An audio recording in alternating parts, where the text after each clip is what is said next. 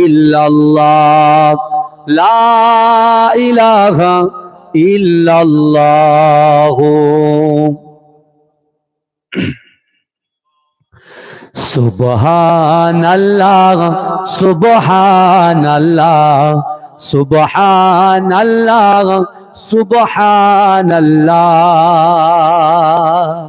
জোরে বলুন না সুবহানাল্লাহ। আমার সঙ্গে পড়বেন না, জোরে জোরে পড়েন। সুবহানাল্লাহ সুবহানাল্লাহ সুবহানাল্লাহ সুবহানাল্লাহ সুবহানাল্লাহ সুবহানাল্লাহ সুবহানাল্লাহ সুবহানাল্লাহ হেরা হুয়া গে সারা জমানা ये क्या हुआ है पल भर में एक ही इशारे ने चाँद को दो टुकड़े किया है पल भर में सुबहानल्लाह सुबहानल्लाह सुबहानल्लाह सुबहानल्लाह सुबहानल्लाह सुबहानल्लाह सुबहानल्लाह सुबहानल्लाह आके अबू जहल ने ये कहा है बताओ मेरी मुट्ठी में क्या है। आके अबू जहल ने ये कहा है बताओ मेरी मुट्ठी में क्या है। हुक्मे खुदा से यूं कंकरों ने कलमा पड़ा है पल भर में हेरा हुआ है सारा जमाना ये क्या हुआ है पल भर में एक ही इशारे ने चाँद को दो टुकड़े किया है पल भर में। मेराज की रात की क्या अजब है सामने रब की शाए अरब है क्या खूबसूरत मुलाकात हुई है क्या कुछ हुआ है पल भर में हेरा हुआ है सारा जमाना ये क्या हुआ है पल भर में एक ही इशारे ने चाँद को दो टुकड़े किया है पल भर में। আল্লাহুম্মা মাইকের আওয়াজটা একটু বাড়িয়ে দাও তো, মাইকের আওয়াজ কথাটা যেন দূর থেকে একটু করে।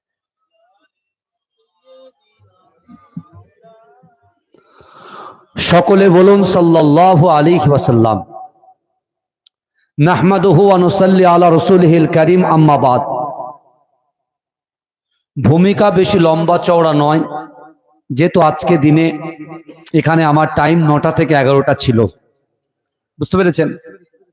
তারপরে টাইমটা চেঞ্জ হয়, এখানে আমার এরপরে আর একটা জায়গায় আমি যাব।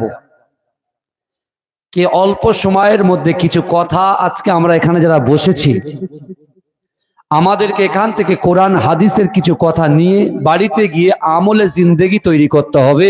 এটাই হচ্ছে আমাদের খাস মাকসাদ, তাই তো নাকি? আল্লাহ পাক কোরআন পাকের ভিতরে পরিষ্কার ভাবে জানিয়ে দিলেন বিসমিল্লাহির রহমানির রহিম ওহুয়া মাআকুম আইনামা কুনতুম। আল্লাহ বলছে ও বান্দা তোমরা যেখানে আমি আল্লাহ সেখানে। জোরে বলুন না সুবহানাল্লাহ। আজকে আমরা যারা এখানে বসে আছি অনেকেরই আমাদের বাপ দাদা নানা নানি শ্বশুরকুল শাশুড়িকুল পিতৃকুল মাতৃকুলে অনেকে আমাদের ছেড়ে চিরগহীন কবরে চলে গেছে, তাই তো? আমরা জানি কবর হচ্ছে সাপ বিচ্ছুর ঘর, কবর হচ্ছে পোকামাকড়ের ঘর, কবর হচ্ছে অন্ধকার ঘর। এখন কথা হলো দীর্ঘদিন হয়ে যাচ্ছে আমরা কবর জিয়ারত করি না, নামাজও পড়ি না, রোজাও রাখি না, জাকাতও দিই না, ফিতরাও দিই না। এখন অবস্থা আমাদেরও শোচনীয় আর যারা কবরওয়ালা তাদেরও শোচনীয়। কিন্তু আজকে যে জলসাটা আপনারা যে উদ্যোগ নিয়েছেন আমার যুবকেরা, গ্রামবাসী, পাড়াবাসী, আমার মা বোনেরা সম্মিলিতভাবে কিছু অর্থ পয়সা দিয়ে এত সুন্দর একটা জান্নাতের বাগান যখন আপনি তৈরি করেছেন, বিশ্বাস করুন আজকে এই জালসায় আপনার গ্রামে, আমার সামনে পিছনে, ডান দিকে বাদিকে যত কবরবাসীরা কবরে শুয়ে আছেন, ওই কবর ওয়ালার বাড়ির থেকে তাদের সন্তানগুলো, তাদের যুবকগুলো, তাদের নারী পুরুষগুলো, তাদের বাড়ির সন্তানগুলো, বৌমাগুলো যারা এই জান্নাতের বাগানে বসে ওয়ায়ুসাব্বিহুনাকা ওয়ায়ুহাম্মিদুনাকা ওয়ায়ুকাব্বিরুনাকা, যারা সুবহানাল্লাহ বলছে, আলহামদুলিল্লাহ বলছে, আল্লাহু আকবার বলে তাকবীর দিচ্ছে, বিশ্বাস করেন এই জলসায় বসার জন্য অটোমেটিক আল্লাহ ওই কবরে সওয়াব পৌঁছে দিচ্ছে। জোরে বলুন। জোরে বলা যাবে না? আমরা আছি জান্নাতের বাগানে, আর এখান থেকে কবরে পাঠিয়ে দিচ্ছে সওয়াব। কে দিচ্ছে? আল্লাহ দিচ্ছে। কারণ আল্লাহ রাসূল বলছেন, ইজা মাতাল ইনসানু, যখন মানুষ মৃত্যুবরণ করে, ইনকাতা, মানুষের আমলের কর্মধারাটা বন্ধ হয়ে যায়, ইল্লা মিন সালাসাতিন, তিনটে আমল এমন আছে দুনিয়ার জিন্দেগি, জীবনে যদি বেঁচে থাকাকালীন এই তিনটে আমল যদি আমি, আপনি, আমরা যদি করে কবরে যেতে পারি, কবরে শুয়ে শুয়ে সারা জীবন আমরা সওয়াব পেতে থাকবো। জোরে বলুন না সুবহান। সেটা কি? একটা হচ্ছে দান খায়রাত, বেশি বেশি দান ধান করা। দ্বিতীয় কি? আও ইলমিন, এমন ইল যার দ্বারায় মানুষ উপকার পায়, উপকৃত হয়। তৃতীয় নম্বর আও ওয়ালাদি সালিহিন ইয়াদউ লাহু, এমন সৎ সন্তান আপনাকে দুনিয়ার জমিনে রেখে যেতে হবে। আপনার সন্তানকে এমন ভাবে তৈরি করে যেতে হবে, মৃত্যুর পরে সেই সন্তানটা যেন আপনার মৃত্যুর পরে নামাজ আদায় করে, কোরআন তেলাওয়াত করে, মানুষের পরচর্চা নয়, পরনিন্দা না করে, মানুষের সহযোগিতা করে, তার ভদ্রতা, নম্রতা, মানুষের সঙ্গে সুন্দর আখলাক, চরিত্র গঠনের মাধ্যম দিয়ে যখন ওই ছেলেটা আপনার জন্য দোয়া চাইবে, যখনই দোয়া চাইবে কারেন্টের বেটের সুইচ টিপলে যেমন দপ করে আলো জ্বলে যায়, ঠিক ওই রকম ভাবে যখন সন্তান তার বাপের জন্য দোয়া চায়, সন্তান তার মায়ের জন্য দোয়া চায়, অটোমেটিক আল্লাহ সেই দোয়াটা কবুল করে নেয়। যেটা বলবেন না? আমার ভাইজানেরা, এ নবী পাকের উম্মত উম্মতিরা, এ নবী দেওয়ানারা, আমার আল্লাহ পাক রব্বুল আলামিন বান্দাকে কত মহব্বত করে, বান্দাকে কত ভালোবাসে। এ যুবকেরা, আমার আল্লাহ বান্দাকে জানিয়ে দিয়েছে, ও বান্দা, মান কানা লিল্লাহ কানাল্লাহু লাহু, ও আমার বান্দারে, যে আমার হয়ে যায় আমি আল্লাহ পাক তার হয়ে যায়। এ যুবকেরা, হে নবী পাকের উম্মত উম্মতিরা, আমার আপনার নবী, দয়ার নবী, সোনার নবী জনাবে মুহাম্মদুর রাসূলুল্লাহ সাল্লাল্লাহু আলাইহি ওয়াসাল্লাম মক্কার জমিনে আল্লাহর রাসূল যখন দিন প্রচার শুরু করলেন, এ যুবকেরা, আল্লাহর রাসূলের দিন প্রচারে বাধা প্রদান করার জন্য মক্কার কাফেরদের মধ্যে আবু সুফিয়ান, আবু লাহাব, উতবা, সাইবা, মুগীরা, খালিদ, এরা আমার রাসূলুল্লাহকে মারার জন্য তখন চক্রান্ত করে। এ যুবকেরা, আমার আল্লাহ পাক জিবরাইলকে পাঠিয়ে দেয়, ও জিবরাইল চলে যাও, চলে যাও, আমি রাসূলুল্লাহকে, আমার হাবিবুল্লাহর কাছে চলে যাও, আমার হাবিবুল্লাহকে বলো, আমার হাবিবুল্লাহ যেন মক্কা ছেড়ে মদিনায় চলে যায়। এ যুবকেরা, একটু ভালো করে বোঝার চেষ্টা করেন, আমার রাসূলুল্লাহ যখন মক্কা ছেড়ে মদিনায় যাবেন, আল্লাহ রাসূল তার সাহাবা হযরতে শেরে খোদা আলীকে ডাক দিলেন, ও বাবা সাহাবা আলী, এসো এসো এসো, আমি রাসূলুল্লাহর সঙ্গে একটু বাক্যলাপ করতে হবে, একটু কথোপকথন করতে হবে, তোমার সঙ্গে কিছু আলোচনা করতে হবে। এ যুবকেরা, আলী হুজুরের ঈমান কেমন ছিল আর আমাদের ঈমান আজকে কোন জায়গায় পৌঁছেছে? এ যুবকেরা, আল্লাহ রাসূল নিজেই বলেছেন, তোমাদের বাপ দাদা, তোমাদের আত্মীয় পরিজন, পাড়াবাসী, গ্রামবাসী, অর্থাৎ তোমাদের জীবনের থেকে আমি রাসূলুল্লাহকে মহব্বত করতে হবে, তাহলে তোমরা হবে ঈমানদার। এজন্য বলবেন না? চিৎকার দিয়ে বলা যাবে না সুবহানাল্লাহ? না রে দেখবে, না রে দেখবে। আমার বাবাজিরা, ভাইরা ভালো করে বোঝেন, আমাদের ঈমান আর সাহাবাদের ঈমান আসমান জমিন পার্থক্য। আমরা দেখুন বর্তমান সময়ে দীর্ঘ 1-1.5 মাস ধরে রাস্তায় মোড়ে মোড়ে পাড়ায় পাড়ায় আই লাভ মোহাম্মদ মুস্তাফা সাল্লাল্লাহু আলাইহি ওয়াসাল্লামের ব্যানার মারা আছে, তাই না? এই কথা বলেন, ব্যানার মারা আছে কোথায়? মোড়ে মোড়ে রাস্তার ধারে ব্যানার মারা আছে। ভালো করে বুঝবেন কেন মারা আছে। কারণ কানপুরে একটা ঘটনাকে কেন্দ্র করে শুধু পশ্চিম বাংলা নয়, অল ওভার কান্ট্রিতে, যে কান্ট্রিতে মুসলমান আছে সেই কান্ট্রিতে মুসলমানদের অন্তরের ভিতরে একটা আঘাত লেগেছে। যে ছেলেটা নামাজ পড়ে না, রোজা রাখে না, যাকাত দেয় না, ফিতরা দেয় না, মা বাপকে ভালোবাসে না, কিন্তু যখনই রাসূলুল্লাহর সামনে বিয়াদবি করেছে সে সব কিছু ত্যাগ করে দিয়ে রাস্তায় দাঁড়িয়ে চিৎকার দিয়ে বলছে আই লাভ মুহাম্মদ মুস্তাফা সাল্লাল্লাহু আলাইহি ওয়াসাল্লাম। জোরে বলুন না সুবহান। কারণ তার দিলের ভিতরে রাসূলুল্লাহর মুহাব্বতটা কিন্তু আছে। এখন যদি বলেন হুজুর শুধু রাসূলুল্লাহর মুহাব্বত নিয়ে জান্নাতে যাওয়া যাবে, আমি বলছি ভাই, আমি আপনাকে পাল্টা কোশ্চেন করি, আপনি রাসূলুল্লাহর মুহাব্বত বাদ দিয়ে নামাজ কালাম জিকির ফিকির কোরআন তেলাওয়াত দান খায়রাত সব কিছু করলেন, আপনি কি জান্নাতে যেতে পারবেন? এই কথা বলেন। অনেকে বলছে তো আমি ঈমানের পাওয়ারে জান্নাতে যাব। এক আল্লাহর বান্দা বলে এই দিন, আল্লাহ আমি আপনার দয়ায় জান্নাতে যাব না, আমি আমার ঈমানের পাওয়ারে যাব। এই শুনছেন? আল্লাহ বলছে তাই, ঠিক আছে ঠিক আছে, তুমি তোমার ঈমানের পাওয়ারে যাবে, দাও তুমি কি আমল করেছো বলো। আল্লাহ নামাজ পড়েছি, রোজা রেখেছি, সব কিছু করেছি। আল্লাহ বলে তাই নাকি, ঠিক আছে।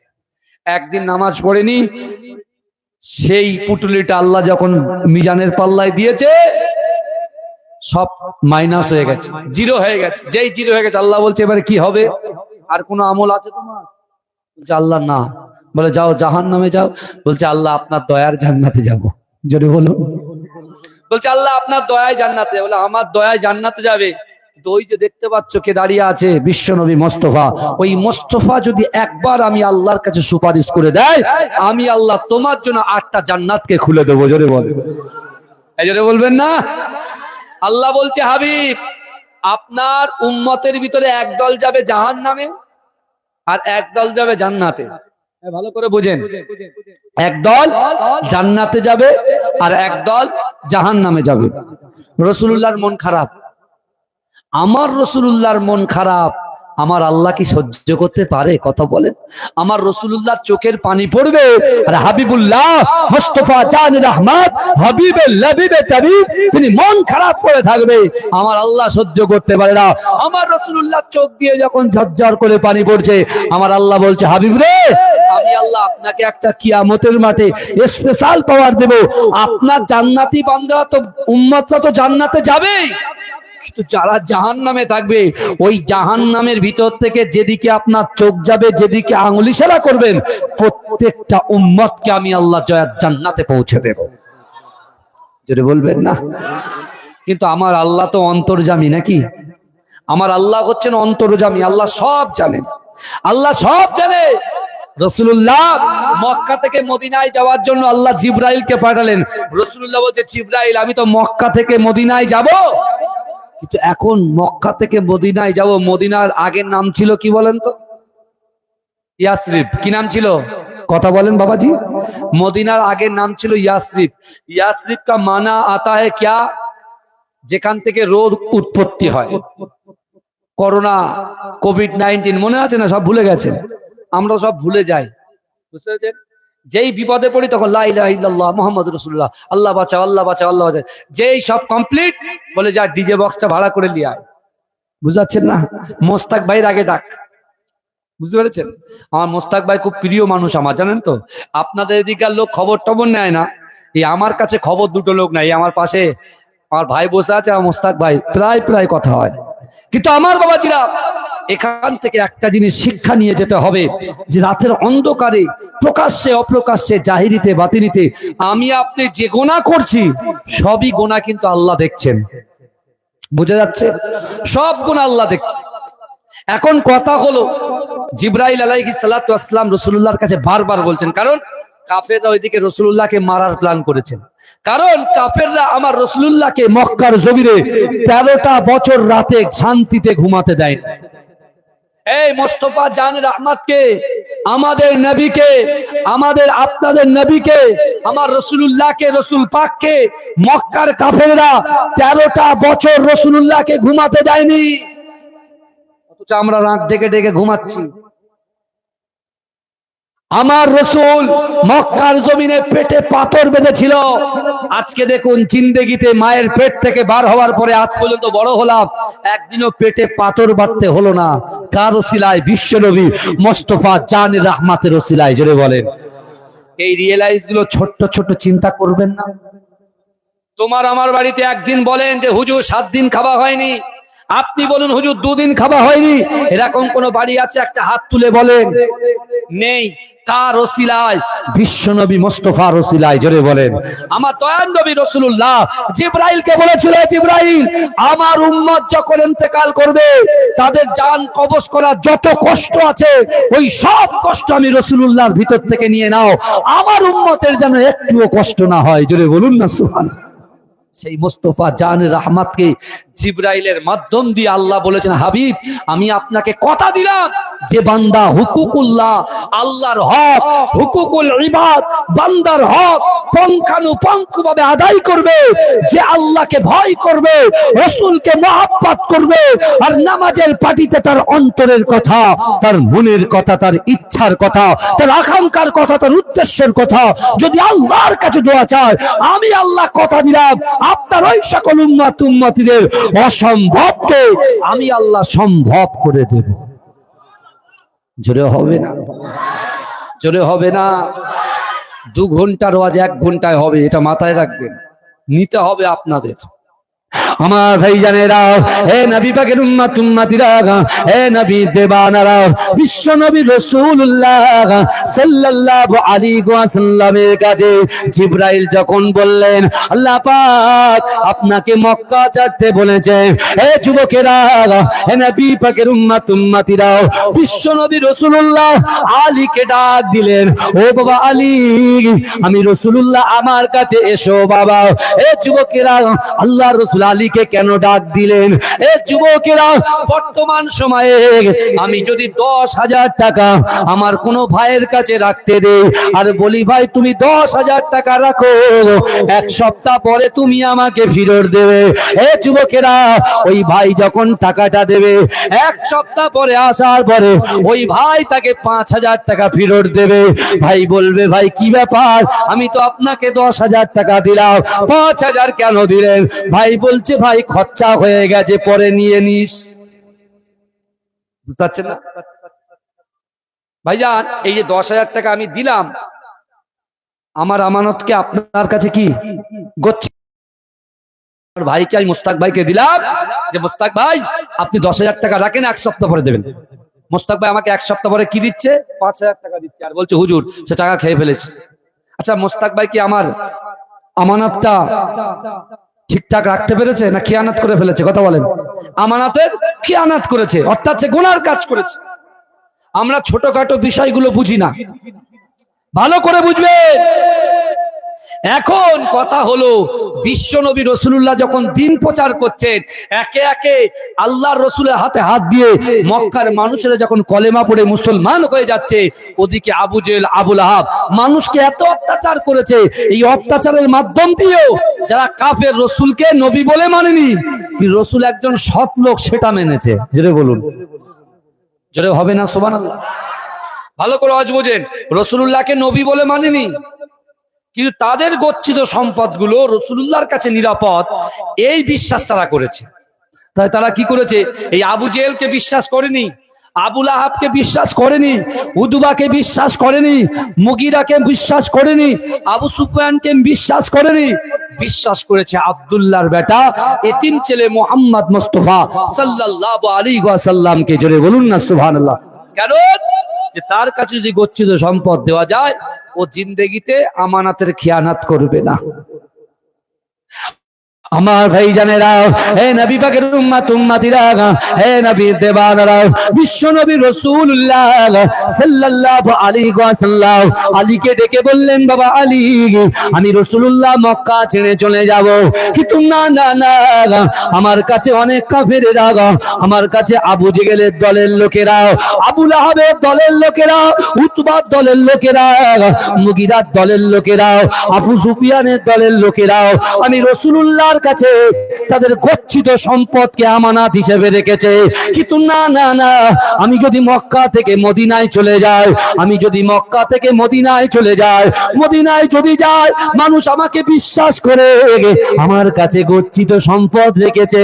ও বাবা আলী, আমি রাসূলুল্লাহ যদি তাদের গচ্ছিত সম্পদগুলো বন্টন করে না যায়, মানুষেরা আমাকে বলবে আব্দুল্লাহর বেটা মুহাম্মদ মুস্তাফা আবু লাহাব, আবু জেহেল, উতবা এদের ভয় করে আমাদের গচ্ছিত সম্পদকে লুট করে নিয়ে চলে গেছে। ও বাবা আলী, না না না, তারা আমাকে নবী বলে মানে না, কিন্তু আমানতদার হিসেবে মেনে নিয়েছে। এসো এসো বাবা আলী, শোনো শোনো, আমার কাছে তাদের গচ্ছিত সম্পদগুলো আমি তোমার হাতে তুলে দিলাম, আর আমি আলী তোমাকে জানিয়ে দিলাম, তোমাকে আমি কথা দিলাম, এই গচ্ছিত সম্পদগুলো তাদের কাছে বন্টন করে মদিনায় গিয়ে আমি রাসূলুল্লাহর সঙ্গে তুমি সাক্ষাৎ করবে। এই জন্য বলবেন না, চিৎকার দিয়ে হবে সুবহানাল্লাহ। আলী হুজুর রাজি হয়ে গেলেন, জোরে বলুন। আচ্ছা ভাইজান, এখন যদি কেউ বলে যে রাকিবুল ভাই আপনি ওই রাস্তা দিয়ে যাবেন, ওই রাস্তা দিয়ে গেলে কি দস্যু আপনাকে ধরবে, আপনাকে ধরে ভাঙচুর করবে, হয়তো আপনাকে কতল করে দিতে পারে, তা আমি কি আর ওই রাস্তা দিয়ে যাব? আর যদি বা যাই, এখান থেকে বেশ তাবর তাবর 20-25টা ছেলেকে সামনে নিয়ে যাব সিকিউরিটি গার্ড হিসাবে, যে ভাই তোরা আমাকে একটু বাড়ি পর্যন্ত পৌঁছে দে, কারণ জান দুক দুক করবে, জান কি হবে, দুক দুক করবে। কিন্তু আল্লাহর রাসূল আলীকে বলছে, আলী আমার কাছে যে গচ্ছিত সম্পদগুলো আছে, এই সম্পদগুলো তোমার হাতে দেব, শুধু তোমার হাতে দেব না, আজ রাতটা আমি রাসূলুল্লাহর বিছানায় তোমাকে কাটাতে হবে। জোরে বলুন না সুবহানাল্লাহ। আলী হুজুর জানতেন যে রাসূলুল্লাহকে কতল করার জন্যই তো তারা চারিদিক দিয়ে ঘিরে রয়েছে, যে কোনো মুহূর্তে অ্যাটাক হবে, তাই আল্লাহর হুকুম এসেছে রাসূল বেরিয়ে যাবেন, রাসূলুল্লাহর জায়গায় আমি থাকবো। আলী হুজুর তখন বলছে, ইয়া রাসূলুল্লাহ, আমার জিন্দেগি জীবনে কোনো মানুষ যদি জিজ্ঞাসা করে, আলী তোমার জিন্দেগিতে সব থেকে আনন্দময় রাতটা কোনটি, আমরা কি বলবো? স্বামী স্ত্রীর সোহাগ রাতের কথা বলবো, যে আমরা স্বামী স্ত্রী এক জায়গায় ছিলাম। আমি বলবো আমার যেদিন আমার সন্তান, আমার স্ত্রী যখন তার সন্তানকে প্রসব করেছিল, সেই দিনকার কথাগুলো বলবো, কেন ওই দিনটাই হচ্ছে আমাদের জন্য খুশির দিন। কথা ঠিক না ভুল? হ্যাঁ, বন্ধু বন্ধু একসঙ্গে খাবো দাবো, ঘুরে বেড়াবো, সেই দিনের কথাগুলো বলবো, ক্যান্টিং এর কথাগুলো বলবো। আলী হুজুরকে তিনি রাসূলুল্লাহর সামনে বলছে, ইয়া রাসূলুল্লাহ, কোন মানুষ যদি আমাকে জিজ্ঞাসা করে যে জিন্দেগি জীবনে সব থেকে আনন্দময় দিনটি কোনটি, আমি তখন বলবো যেদিন রাতে আমি রাসূলুল্লাহর বিছানায় আলী শুয়েছিলাম, ওই দিনটা হলো আমার আনন্দময় রাত। জোরে বলুন। জোরে হবে না, জোরে হবে না। কারা কারা রাসূলুল্লাহকে ভালোবাসেন একটু হাত তোলেন তো দেখি। এটা তাকবীর দেন তো, নারে তাকবীর, আরে জোরে দেন নারে তাকবীর। আমি যদি হাত তুলি জোরে সুবহানাল্লাহ হবে। আমার যুবকেরা ভাইরা, একটা কথা বলে যায়, অনেকে বলে কবর জিয়ারত করা বিদআত, বলে কি বলে না, এই কথা বলে, অনেকে বলে কবর জিয়ারত করা বিদআত। আমি আপনাদেরকে একটা সংক্ষিপ্ত সময়ে এই কবর জিয়ারত করা যারা বিদআত বলে, আমি তাদেরকে প্রমাণ দিয়ে দেখিয়ে দেব আমার রাসূলুল্লাহ নিজেই কবর জিয়ারত করেছেন। জোরে বলে, জোরে বলবেন না। রাসূল বলছেন, লা ইউমিনু আহাদুকুম হাত্তা আকুনা আহাব্বা ইলাইহি মি ওয়ালিদিহি ওয়া ওয়ালাদিহি ওয়ান নাসি আজমাইন। রাসূল বলছে, তোমরা ততক্ষণ পর্যন্ত পূর্ণ ঈমানদার হতে পারবে না যতক্ষণ তোমাদের পিতা মাতা, সন্তান সন্ততি, স্ত্রী পুত্র কন্যা, এমনকি তোমাদের জীবনের থেকে রাসূলকে মহব্বত করতে হবে, তাহলে তোমরা হবে ঈমানদার। যেটা বলবেন না। এই আলী হুজুরকে সবাই ঘিরে ফেলেছে, শুনছেন আপনারা? আলী হুজুরকে চারিদিক দিয়ে, কানে ঠান্ডা আসছে তো তাই এরকম করে দিলাম, অসুবিধা নেই তো? হ্যাঁ, আলী হুজুরকে কাফেররা ঘিরে ফেলেছে, রাসূলুল্লাহ আবু বকর হুজুরকে নিয়ে মদিনার উদ্দেশ্যে বার হয়ে গেছে। এই শুনছেন তো বাবাজি? কিন্তু আলী হুজুরকে যখন বেডে দেখেছে, ওরা চিন্তা করছে যে যাক পেয়ে গেছি, মুহাম্মদ সাল্লাল্লাহু আলাইহি ওয়াসাল্লামকে পেয়ে গেছি, ওরা খুব খুশি মানাচ্ছে। হঠাৎ করে একজন গিয়ে যেই চাদরটা তুলেছে দেখে রাসূলুল্লাহ নেই। রাসূলুল্লাহর জায়গায় কে আছে?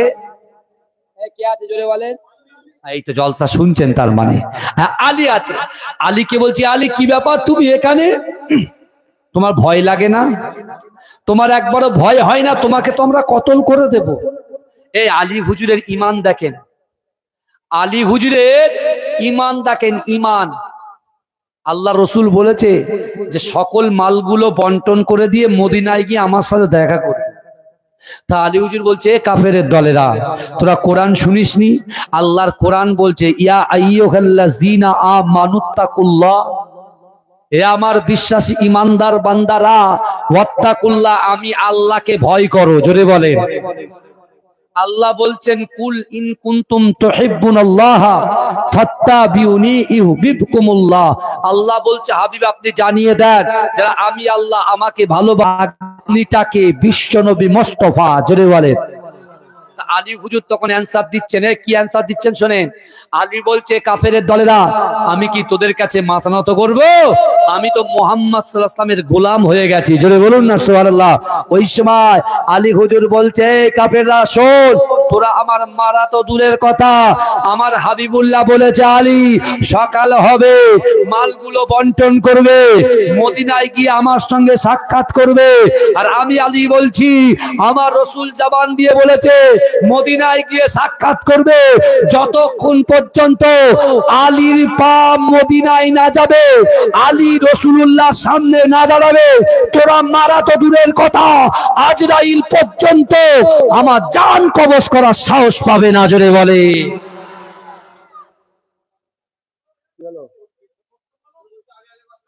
ভাই সামনে সামনে এসো তাড়াতাড়ি, 12টায় ছাড়বো আমি, তাড়াতাড়ি আসেন, সামনে আছেন।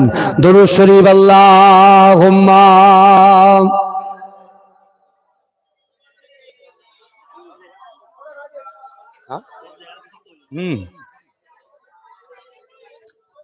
এসে বসে যান ভাইজান, একটু পিছনের ভাইদের রাস্তা ব্লক করছো কেন? হে প্রভু রহমান, তোমারই সেরা দান, নূরানী আল কোরআন, নূরানী আল কোরআন।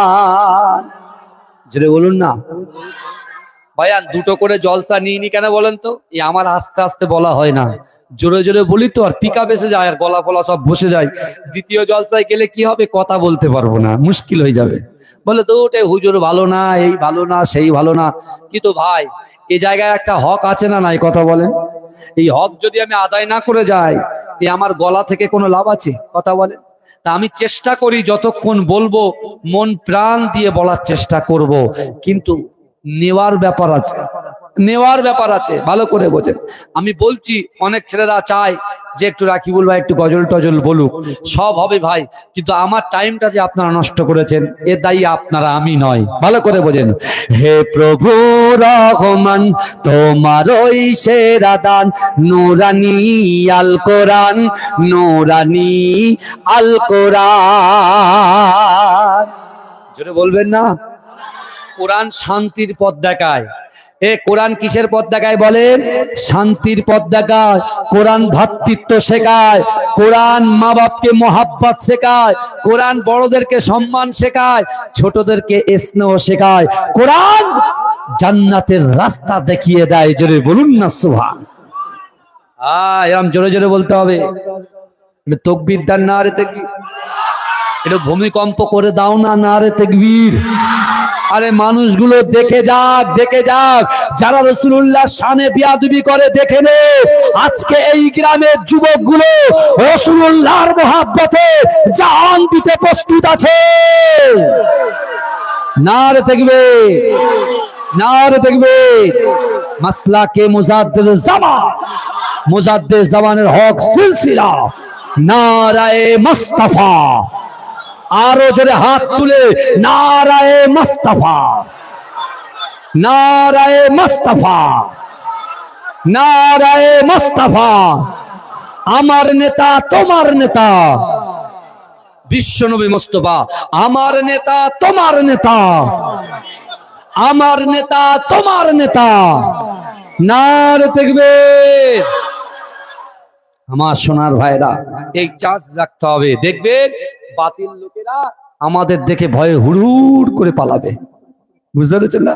এসআইআর হচ্ছে হচ্ছে তো কি হয়েছে? যারা বাংলাদেশ থেকে যে লুকিয়ে রয়েছে তারা যাবে, আমাদের কি? এই কথা বলে না? হ্যাঁ, তারা যাবে, আমাদের কি? আমাদের চিন্তা করার কারণ নেই। আমাদের বাপ দাদা 2002-এ ভোট মেরে তারপরে কবরে চলে গেছে, রাস্তা ক্লিয়ার করে দিয়ে গেছে। বুঝতে পেরেছেন না ভাই? হ্যাঁ, আল্লাহ যাতে খুশি। এই এসআইআর হচ্ছে বলে আমরা খুশি হব এই খুশি না, আমরা কোন মানুষকে খুশি করিনি। যে আল্লাহ আমাদেরকে সৃষ্টি করেছেন, যে আল্লাহ দুটো করে চোখ দিয়েছেন, যে আল্লাহ জবান দিয়েছেন, যে আল্লাহ যৌবন শক্তি দিয়েছেন, সেই আল্লাহ যাতে খুশি, আমরা বান্দা তাতে খুশি। জোরে বলেন। আমার রসুল যাতে খুশি, আমার রসুলুল্লাহর উম্মত আমরা তাতে খুশি। জোরে বলেন। আমরা কাউকে পরোয়া করি না, রসুলুল্লাহর জন্য নিজের জান দিতে প্রস্তুত, কোনো ব্যাপার নাই। বাপ মা সন্তান বিবি পুত্র সবকে ত্যাগ করতে রাজি আছি, বলুন ইনশাআল্লাহ। কিন্তু হ্যাঁ, আমার রসুল ভ্রাতৃত্ব শিখিয়েছে, আমার রসুল ভ্রাতৃত্ব শিখিয়েছে। ভারত হচ্ছে গণতান্ত্রিক দেশ।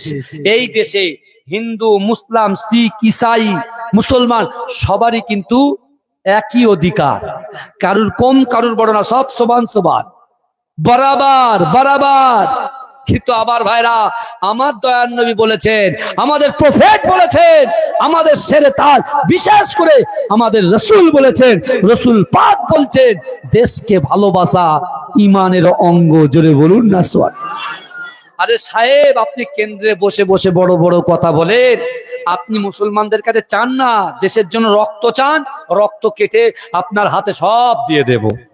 এই তাই তো, দেশের উন্নতির জন্য আপনি যে ভান্ডার করেন না, সব ভান্ডারে ভান্ডারে আমরা পয়সা দিয়ে দেবো। কিন্তু আপনি যদি ইমান খরিদ করতে চান, রাসূলুল্লাহর মোহাব্বতকে কিনে নিতে চান, ওটা জিন্দেগিতে হবে না, হচ্ছে না। আপনাদের পূর্বপুরুষরা ইসলামের দিকে আঙুল তুলেছে, কাবা ঘরের দিকে আঙুল তুলেছে, আল্লাহ তাদেরকে নাস্তা নাবুদ করে ছেড়ে দিয়েছে। জোরে বলে। কোথায় চলে গেছে আব্রাহা, কোথায় চলে গেছে কারুন, কোথায় চলে গেছে হামান, কোথায় চলে গেছে সাদ্দাত, কোথায় চলে গেছে ফেরাউন? কারুর টিকে খুঁজে পাওয়া যায় না। রাসূলুল্লাহর বিরোধিতা করেছে আবু জেহেল, তার ঘরটাকে আল্লাহ টয়লেট ঘর বানিয়ে দিয়েছে। জোরে বলুন। তোমাদেরও ঘর হবে ওই রকম, খুব সাবধান লাগতে শুনি। আল্লাহ সহজে কাউকে ধরে না, ধরলে পরে, জোরে বলে না, ধরলে পরে ছাড়ে না। হ্যাঁ, এটা মাথায় রাখবেন। আল্লাহ রসুল নিজে কবর জিয়ারত করছেন, আর এখন কিছু লোক 2 দিন 10 দিন 20 দিন ঘুরে এসে এরা বলছে এসব করা যাবনু। বুঝতে পারছে না? টান শিখে এসছে তো, ওই জায়গার টান যাবে না বলে যাবনু। বুঝতে পারছে না? যাবুনু। আমি বলছি ভাই, কোত্থেকে শিখেছিস? কে শিখিয়েছে তোদের এসব কথা?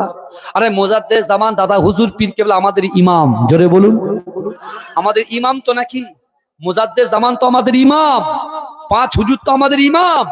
5 হুজুরের কিতাব থেকে, বশিরের আল্লামা হুজুরের কিতাব থেকে, আমার মোজাদ্দেদ জামান দাদা হুজুর পীর কেবলা 3য় নম্বর খলিফা, ফুরফুরা ফাতিহা টাইটেল মাদ্রাসার প্রথম সুপারিনটেন্ডেন্ট, একটানা 25 বছর যিনি ছিলেন, আমার পরদাদা আহমদ আলী হামিদ জালালি, যে কিতাব লিখে গেছেন, ওই কিতাবে একবার দেখাও তো দেখি যে কবর জিয়ারত করা বেদাত।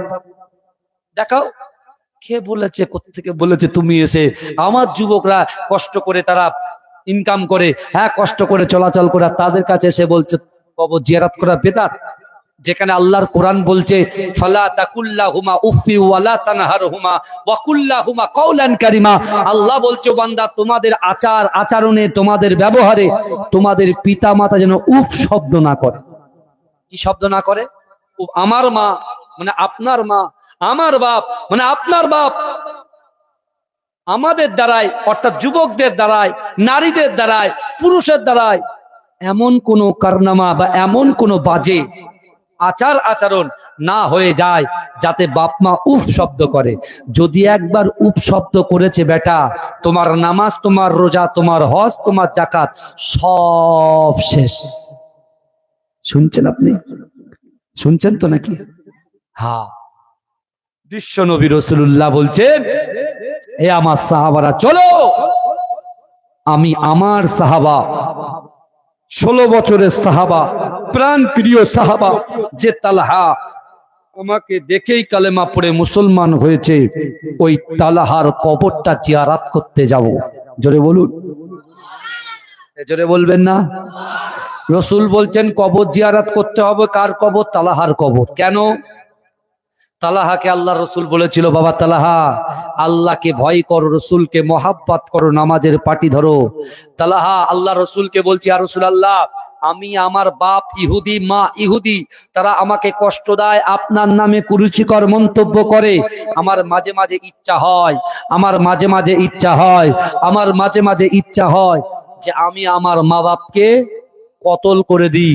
কিন্তু যেদিন থেকে আপনার মুখশ্রিত আল্লাহর কোরআনের বাণী শুনেছি যে ফালা তাকুল্লাহুমা উফফিউ ওয়ালা তানহারহুমা ওয়াকুল্লাহুমা কওলান কারীমা, তোমাদের আচার আচরণে, তোমাদের ব্যবহারে তোমাদের পিতা মাতা যেন উফ শব্দ না করে, সেই দিন থেকে আমি সবর এখতিয়ার করেছি। জোরে বলুন না সুবহানাল্লাহ।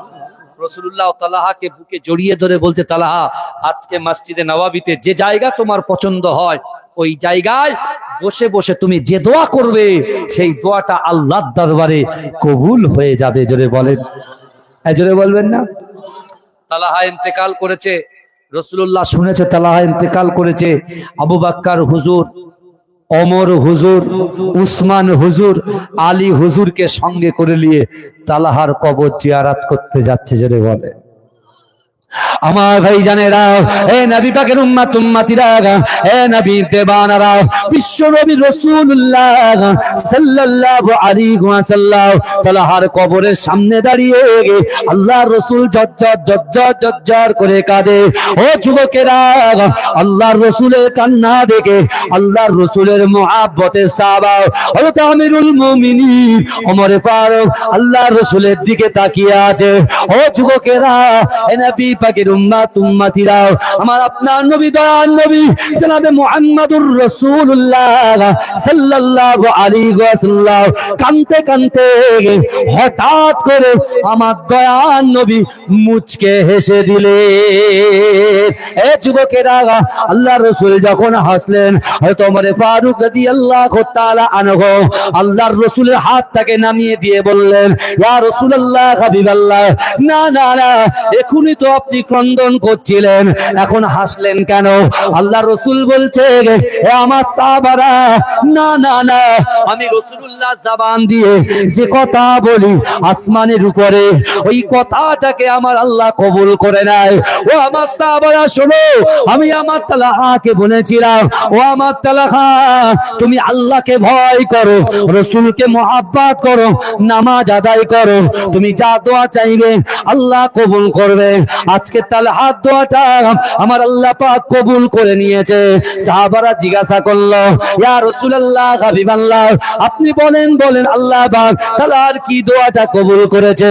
হে যুবকেরা, বিশ্ব নবী রাসূলুল্লাহ সাল্লাল্লাহু আলাইহি ওয়াসাল্লাম কাঁদতে কাঁদতে আল্লাহ রাসূল সাহাবাদেরকে বললেন, ও আমার সাহাবারা, না না না, আমার তালহা দোয়া করেছিল, আই রাব্বি আল্লাহ, আমি তালহা যখন ইন্তেকাল করব, আমার জান্নাত চাই না, আমার জান্নাত চাই না, আমার কিছু চাই না, আমার দুটো আশা, এক হচ্ছে রাসূলুল্লাহর পাশে দাঁড়ানো, আর দুই হচ্ছে কাল কিয়ামতের মাঠে আপনি আমার দিকে চেয়ে চেয়ে হাসবেন, আর আমি তালহা আপনার দিকে চেয়ে চেয়ে হাসবো।